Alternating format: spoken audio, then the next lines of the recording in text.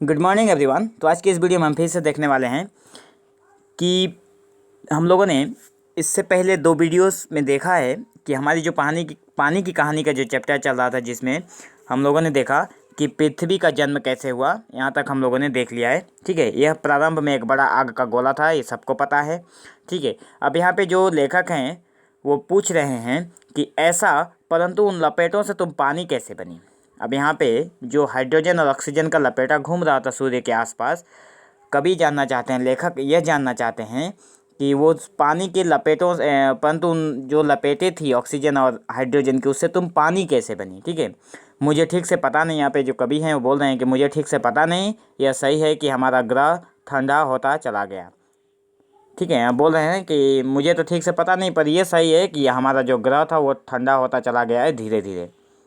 और मुझे याद है कि अरबों वर्ष पहले मैं हाइड्रोजन और ऑक्सीजन के रासायनिक क्रिया के कारण उत्पन्न हुई हूँ।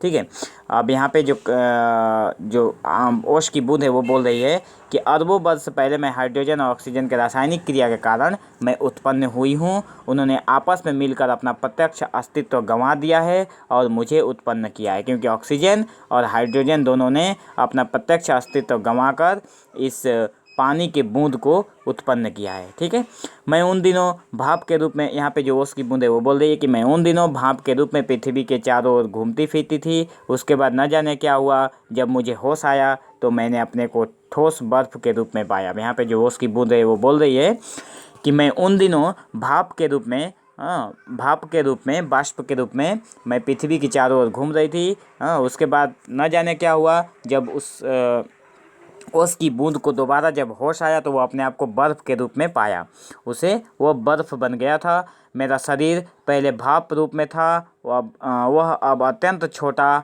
हो गया था। भाप अत्यंत छोटा हो गया था। वो पहले से कोई 17वां भाग रह गया था। ठीक है, उसके पहले से 17वां भाग में वो चला गया था।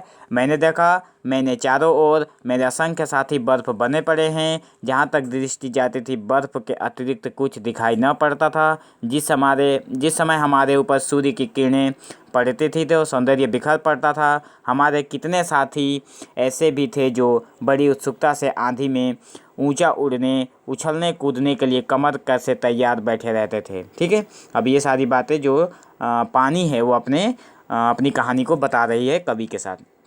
बड़े आनंद का समय रहा होगा वहाँ, बड़े आनंद का। कितने दिनों तक, कई लाख वर्षों तक, कई लाख, हाँ चौंको नहीं। यहाँ पे जो कवि हैं बोल रहे हैं, कवि को समझा रहे कि तुम चौंको मत।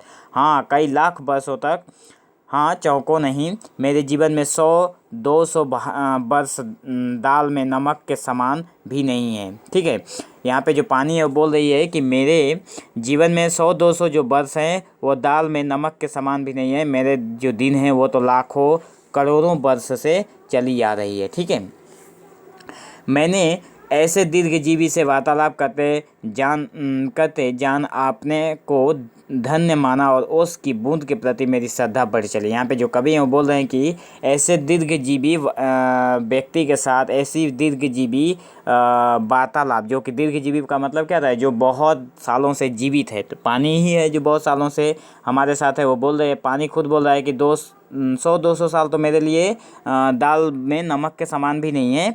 ठीक है, तो मैं तो लाखों वर्षों से चली आ रही हूँ। तो मैं अब यहाँ पे कवि जो है वो बोल रहे हैं कि मैंने ऐसे दीर्घजीवी वार्तालाप करते समय अपने आप को धन्य माना और उसकी बूंद के प्रति उनकी श्रद्धा और बढ़ चली।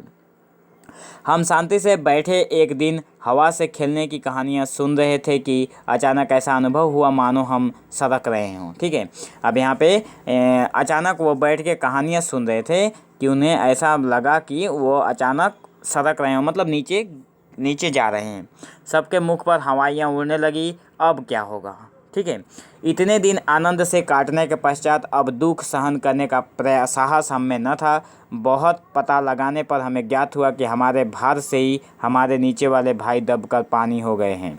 अब यहाँ पे जो पानी है वो, जो बोस की बूंद है, वही अपनी कहानी बता रही है कि हम शांति से बैठे एक दिन हवा से खेलने की कहानियाँ सुन रहे थे कि अचानक ऐसा अनुभव हुआ कि मानो हम सड़क रहे हो। सबके मुख पर हवाइयाँ उड़ने लगी।